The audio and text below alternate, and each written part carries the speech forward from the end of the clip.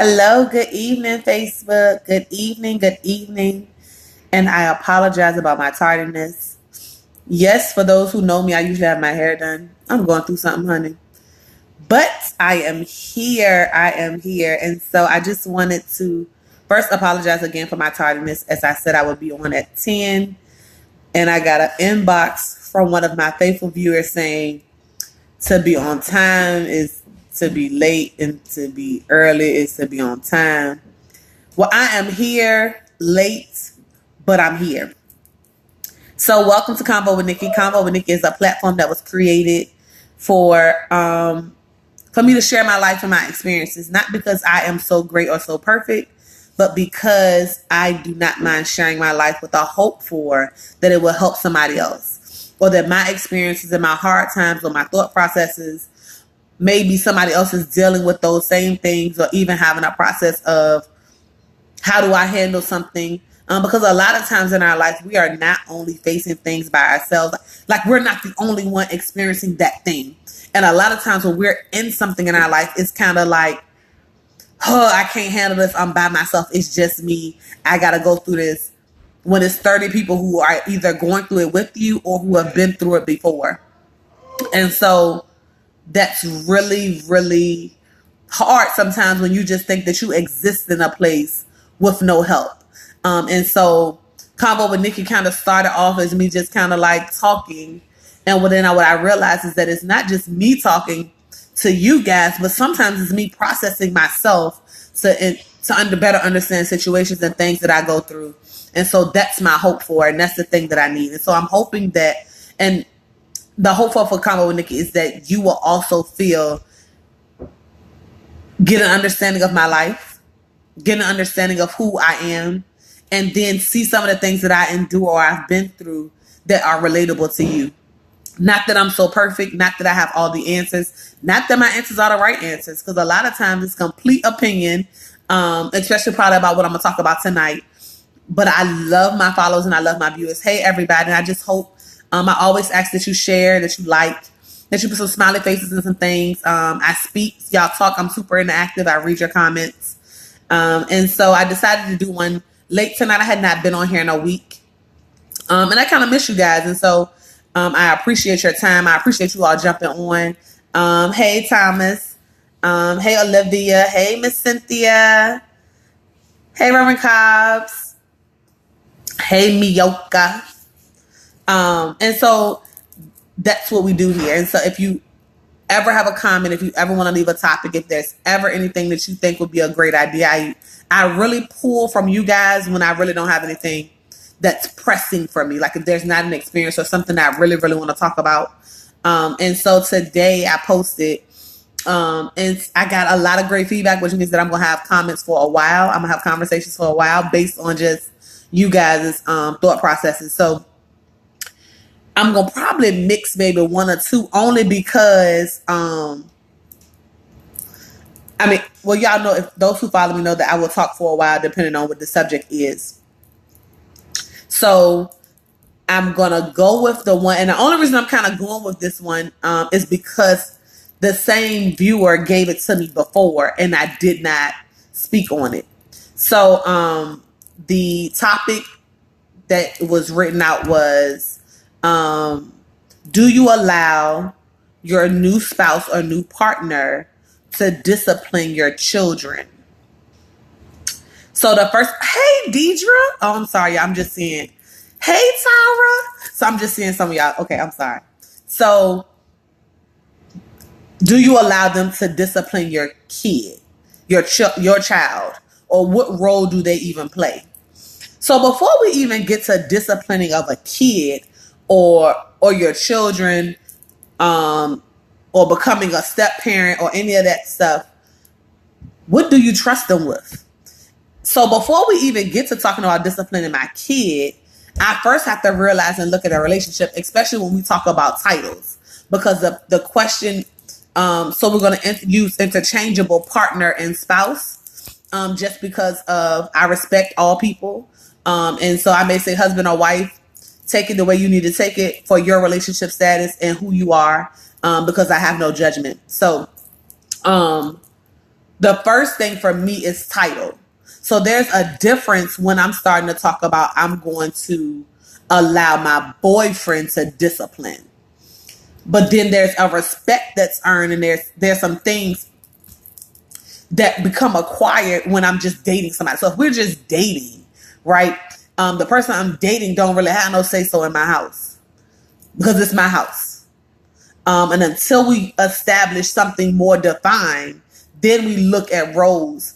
See, people don't want to deal with titles. This generation, we are at a place where we friends, and then that's all.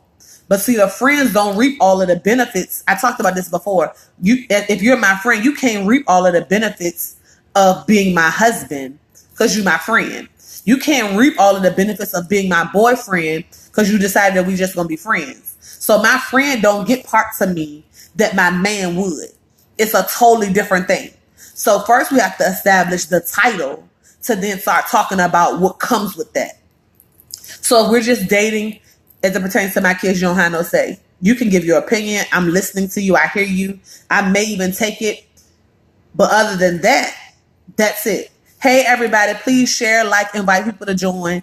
The topic for tonight is, do you allow your spouse or partner to discipline your child? What is that role like for them? So again, like I said, we need to talk about stages, because somewhere along the line, as I've gotten back into dating, it seems that there is no courting stage, dating stage, boyfriend stage, husband stage, fiance stage, husband stage. It's kind of like, we friends, but you can't talk to nobody else and you can't have nothing else. And it just doesn't work that way. So if we're dating again, then no say. So once we decided we're going to move next level, and I'm not telling you that we have to walk around saying that's my boyfriend, right? But if that's what you all have established, that they want you and they decide, I'm going to ask, and this is what I want relationship with you. So now we're moving to a different place. In that place comes some more responsibility. In that place, we are now looking at each other as more than just a moment.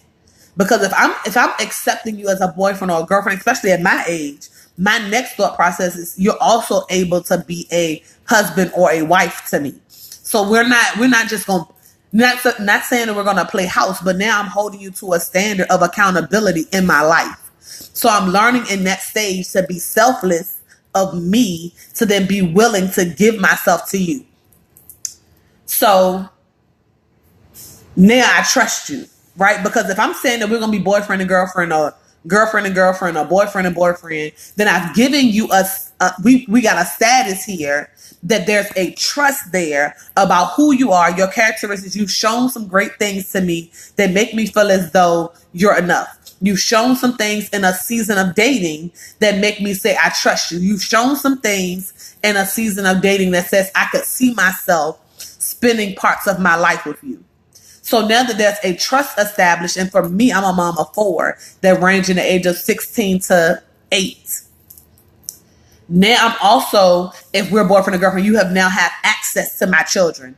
Not that you have rule over my children, but you now have access. Because if we boyfriend and girlfriend, we showing up at the house. We know families are mixing and mingling. We now have a respect for each other. We talk about things. And now you may see some things in my household that you're not used to. What you have to remember when we're talking about relationships is that it's literally 2 separate cultures coming together to be one. Right? So over here in the land of Nicole, things have operated separately, independently by itself, with no help, with some kids, and I've been raising them the best I know how.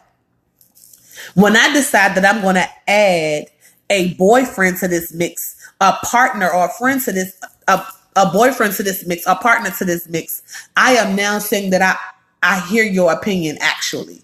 In dating, I heard it and I could do what I wanted to with it. Now we're going to start having dialogue about things that you may see in my life that are different or that you may not understand, because I have a trust there.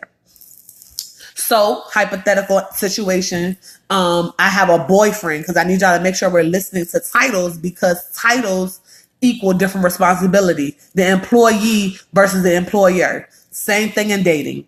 The friend versus the boyfriend versus the fiance versus the husband.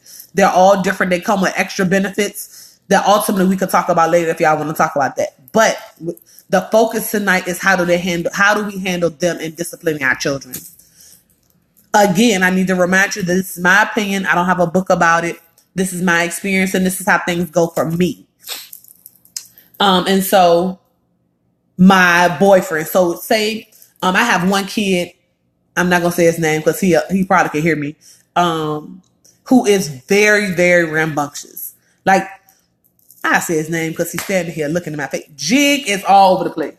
He is my fun kid. He loves his mom. But Jig got so much energy, honey. If you're not really ready for it, you're not going to know how to handle it. And so my thought process is that somebody who's not used to this culture, so the way that I handle Jig is totally different than the way I handle Malik, Nicholas, and Nate. The way I handle Michaela is different than I handle all of the boys. So the culture in the land of Nicole is just different. So if someone is going to come in and they may not understand why I allow Malik to do certain things and kind of just walk and pace the floor while he holding the phone, or why he kind of walks through the house while he talks, because he has all of this energy, right? And so this person who culture may be super conservative and their house is A, B, C, D, and here my life is A with F. I think we probably got a G and a 9. Then that's my reality. And so as a parent, I've learned how to parent through trial and error. So I didn't have a book. Those who don't know, then when you push out, the baby then comes a placenta, no book. So I did what was best. So at boyfriend status, I'm now listening, opening, hearing you talk about your suggestions and even having a dialogue. No offense, because ultimately it's my decision as the parent, right? The biological parent, to make the decision. So boyfriend status, I think, or when we're after dating and we're in a committed relationship, I think then we should be open to hearing suggestions, because our way is not always the best way.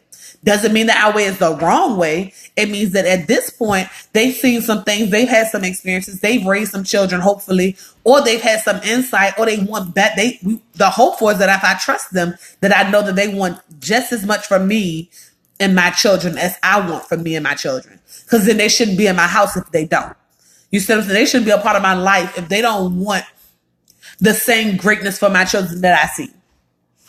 And so I think that we have to be open-minded when we're letting people in. So like I said, in dating for me, it's just been different because I'm not a mom of one kid with one personality. I'm a mom of 4 kids with 4 totally different personalities. If you meet me if you see myself and Nate, our relationship is completely unorthodox for a lot of people.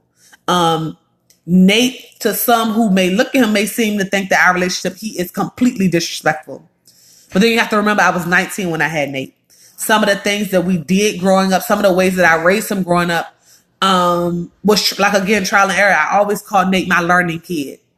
And so if you're not used to that, or you've never seen how we talk or how we intermingle or how we carry on, it could be offensive because that's not what you're used to. Am I going to be open to you talking to me about something I could do? Absolutely. I'm a woman. I can't raise a man. What I can do is give him characteristics to be great. I don't care what y'all say. I mean, if that's your thought process, I'm not going to judge you and take away from you what you think, but I can't teach him to be a man. I've never done it. I can't teach him how to be a great person. I can give him characteristics. I can tell him how to treat a woman and I can tell him how to treat me. And after that, then I want to hear a man's point of view. So I will be open to hearing great feedback about how we could do some things different to help grow him up. And so that's because he's 16. But that's even me being open-minded at boyfriend status, right? That's commitment. Because if I've committed to you, I'm willing to share my life with you at this stage. Now we're talking about fiance status.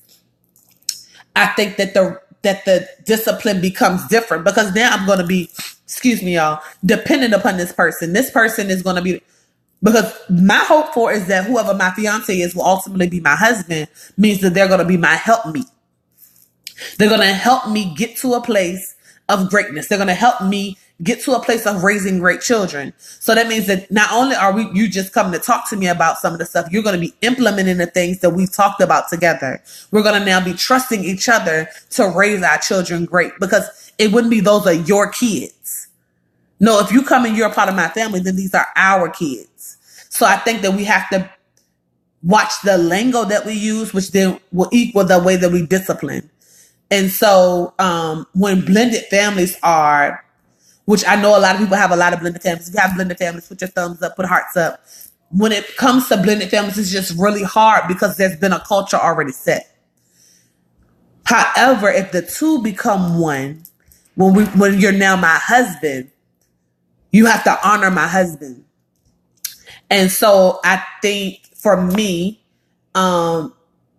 we stand together. We stand together when we talk to our children. We stand together when we discipline. And then even if there's a disagreement, it's never in front of them. As hard as that may sound, as crazy as that may sound, it has to be the thought process that we're in this together. Because if we decided to get married, then that means that we decided to become one thing, that regardless of anything to include our children came against us, we will continue to remain.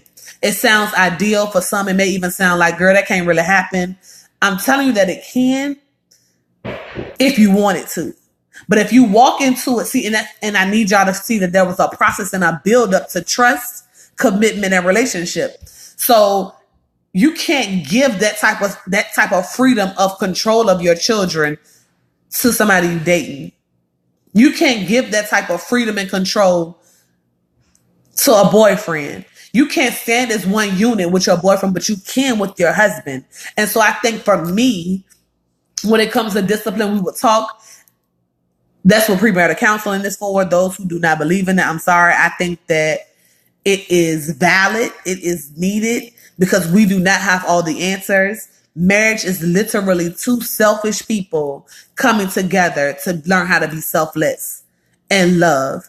And so if you can't stand as a front of one in front of your children, then you can't even stand as a front as one into the whole wide world. That means that anybody that attempts to come against you, whether that be friend or foe, you will fall because you can't stand together. And it starts in your home. It starts with a trust built in here. So if I trust you with my life, I have to ultimately trust you with my children's lives. So partner, spouse, they have right to discipline of my children. Discipline for me is different. So my kids are above the age of 8. We're not running around beating kids. And to me, especially for certain things, it doesn't even work.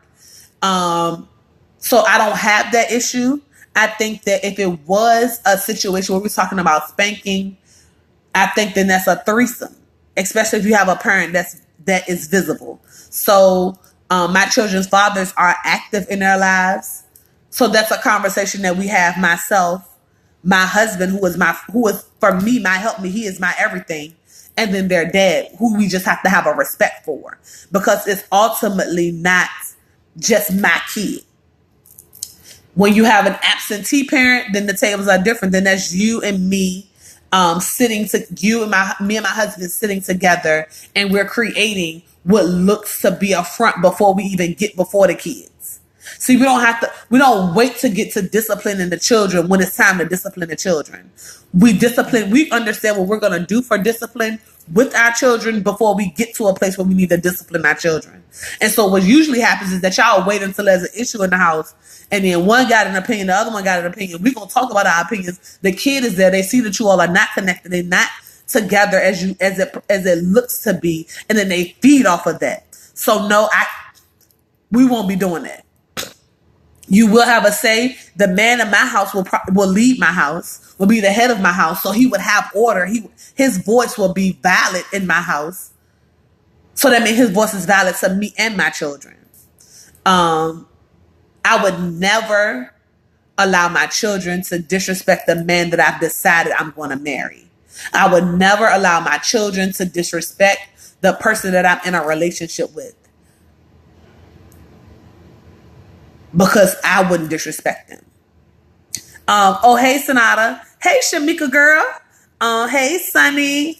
So the topic for tonight, we did a viewer's choice topic. So the topic for tonight is, do you allow your new partner or spouse to discipline your children? What does that look like?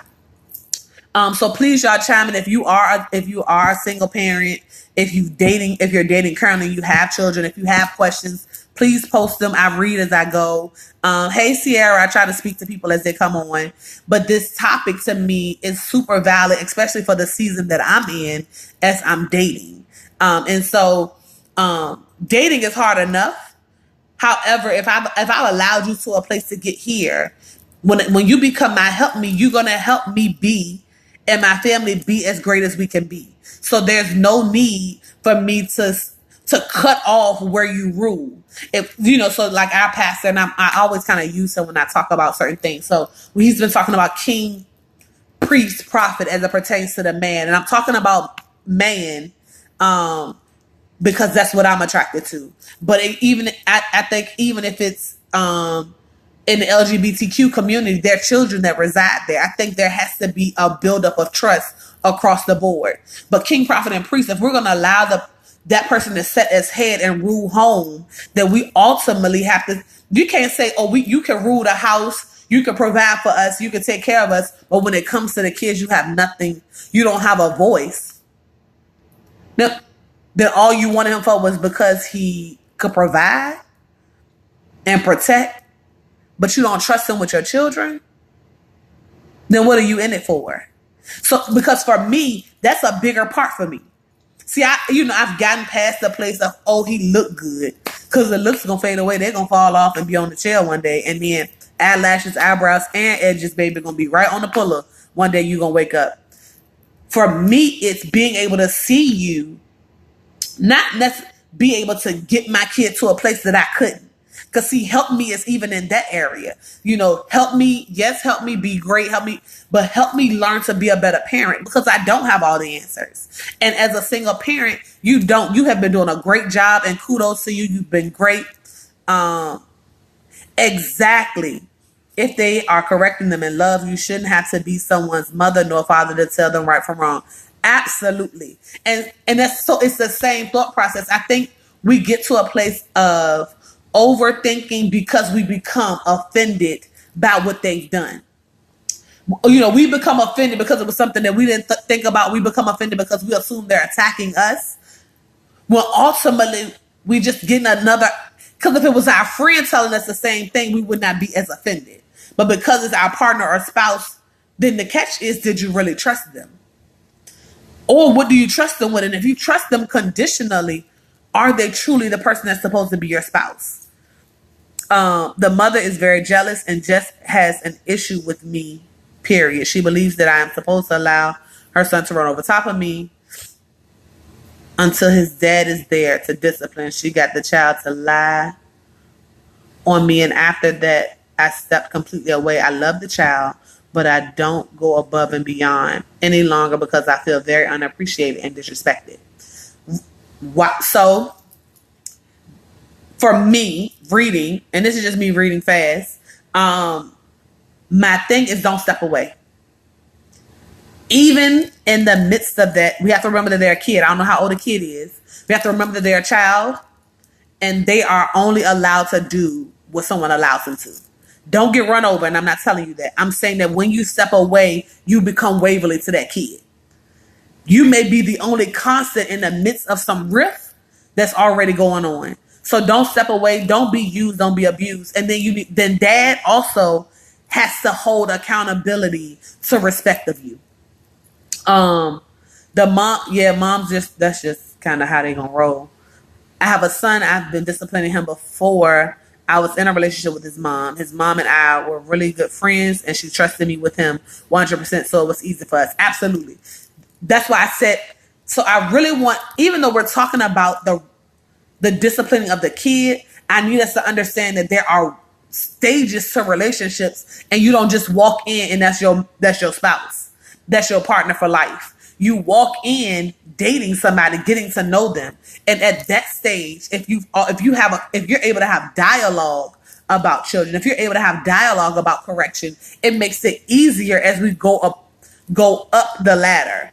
Oh yeah, 9-year-olds are very manipulative, and they already know what you think they don't know.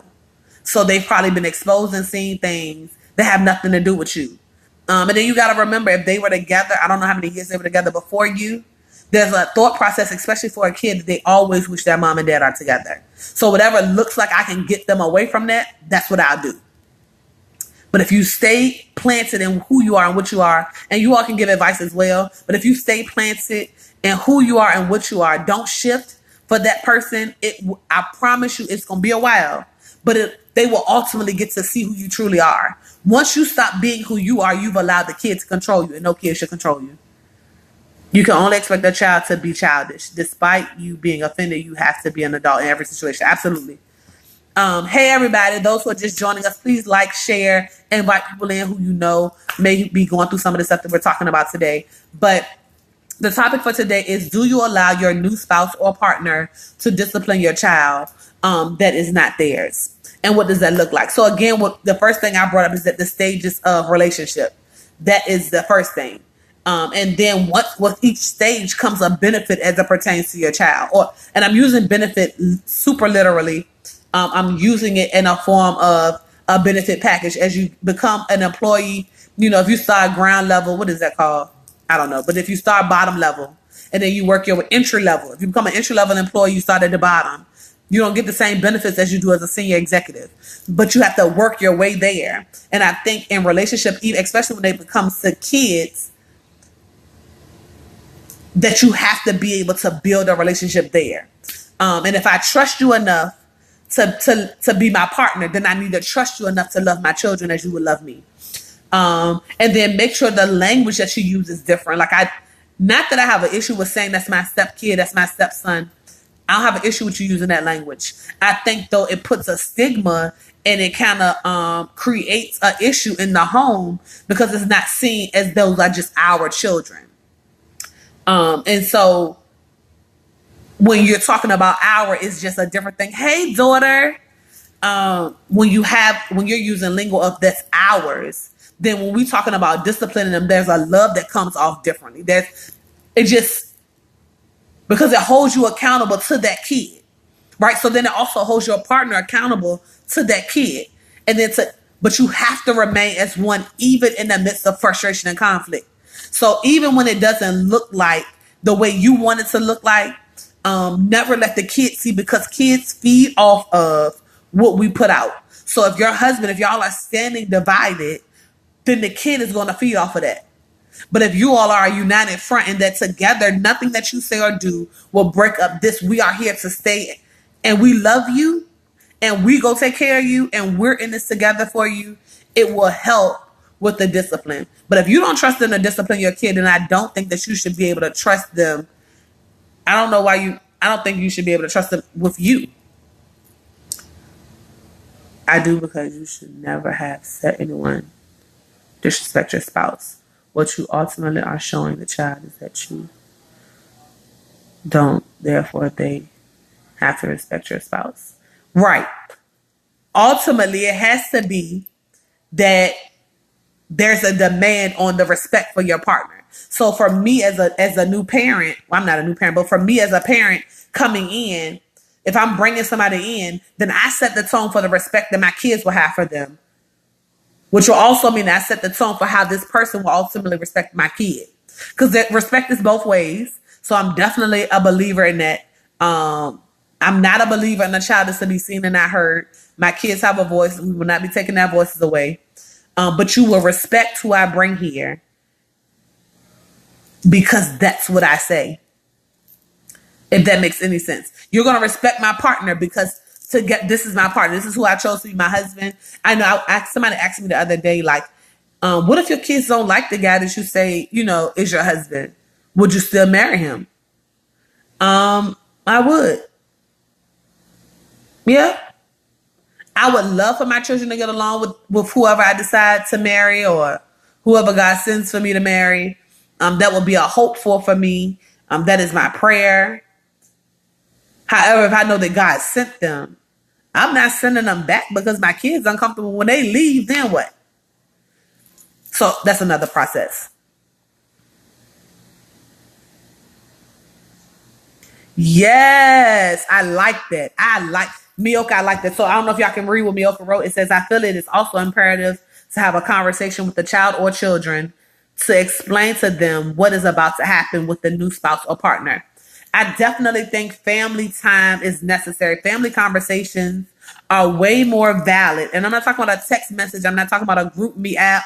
I'm talking about a family conversation of roles. Like, hey, this look, we are even in the transition of marriage, even in the transition of moving in, even when a relationship gets bigger. I'm open with my kids. Some people may not like it, but that's just how we work.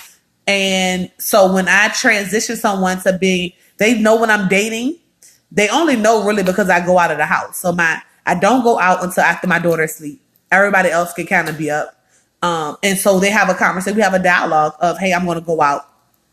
I'm dating or whatever. When I decide that somebody is going to be my boyfriend or we are moving to be closer because that means that they'll be around more, I talk to my children. And I think sometimes, of course, I don't say, oh, I'm about to go have sex. So, I mean, of course, we know what we're going to talk about. You know, we have real life conversations. So it's not, oh, you tell them all of your business, but they have to even have a process of understanding of that I grew to this, because what I show them in relationship is ultimately what they will accept in relationship. What I show them in friendships is what they'll look for in friendships.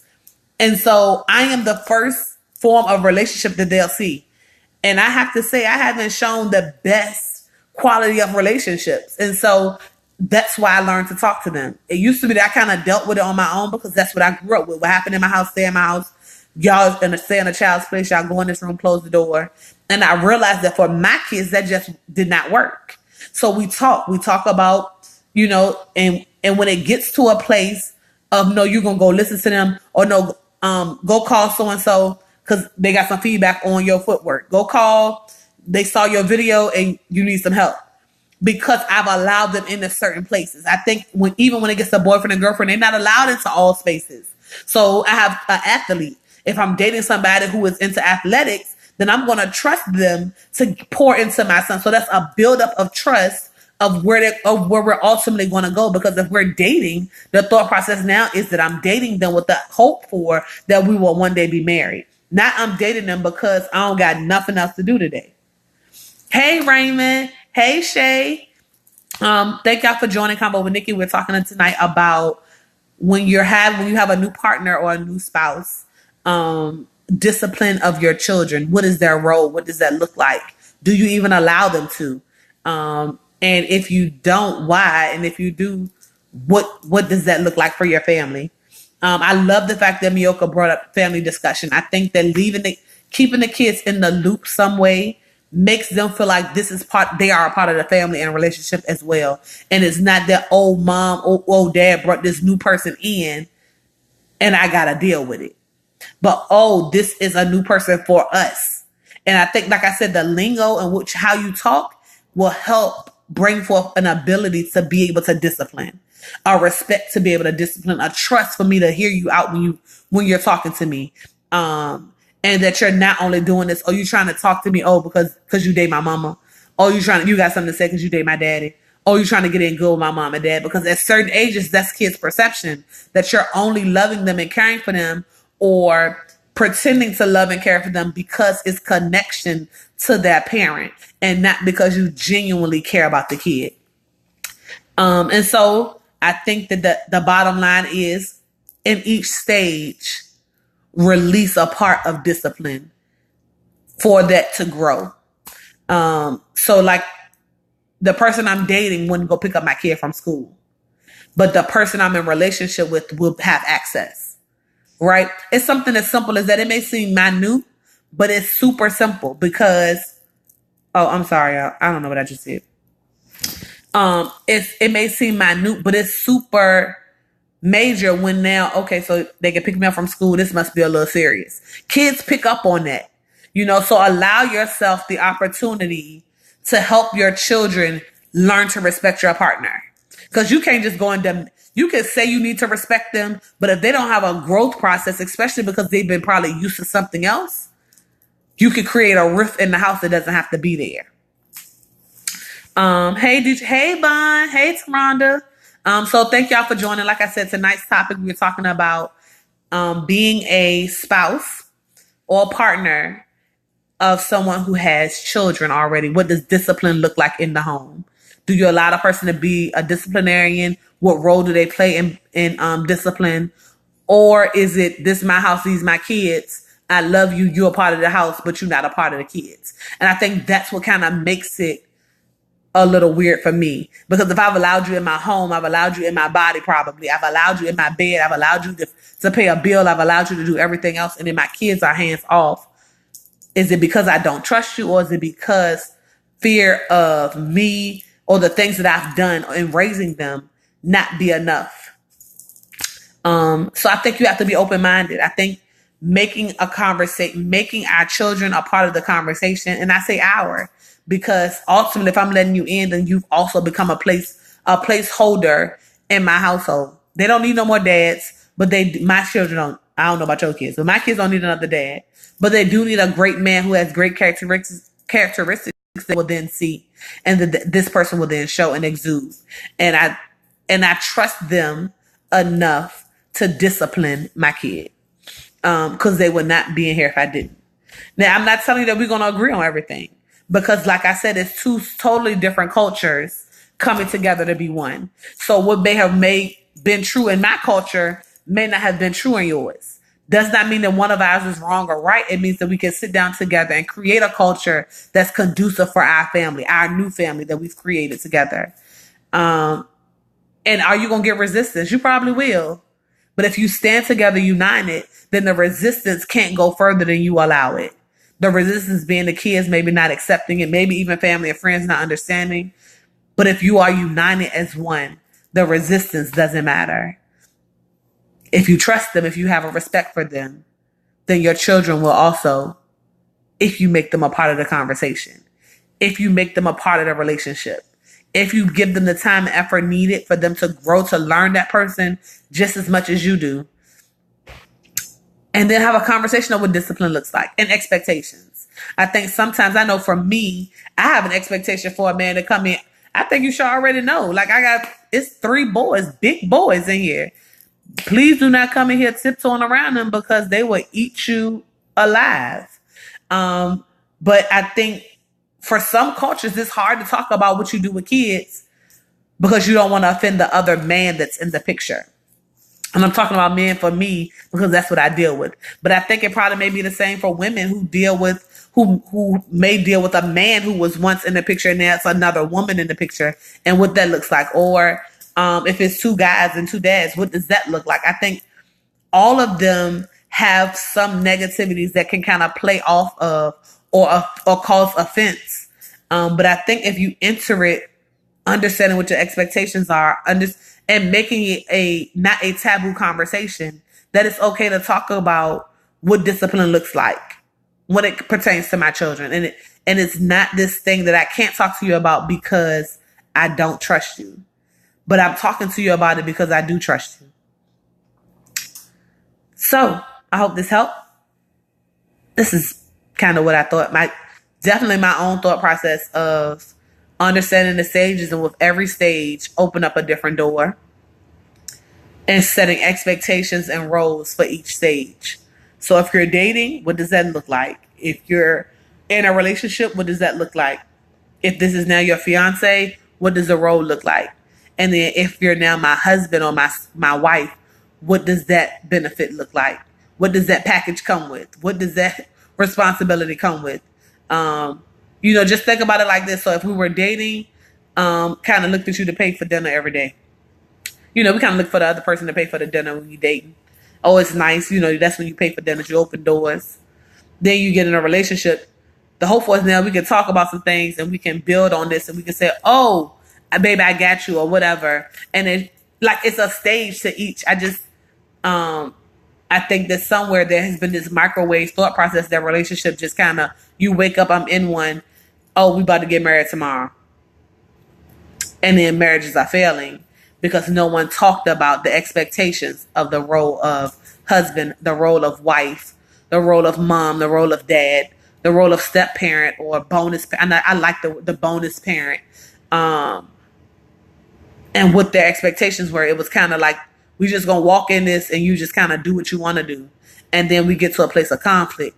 But if we had talked about expectations and our united front, stood together, walked in parenting, and built a wall up for the resistance, it would be a lot further.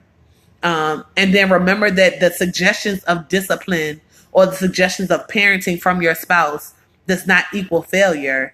It equals, I see some things that I see different because my culture in raising children, my culture in parenting is different from yours. And I may can offer you something. Y'all can agree to disagree, but at least hear them out. But if you trust them to lay with you, and you trust them to be your husband, and you trust them to be your wife, then you should trust them to discipline your children. And if you don't, then why are they around? Y'all have a good night. Convo with Nikki. Once a week. I'm not gonna say which day. I usually do Fridays, but I kind of miss you guys, like I said, and so I hope this helped. I would love for you all to share. If you have any other topics, please post them. If you have any questions, please post them. Again, thank you all for joining. Good night.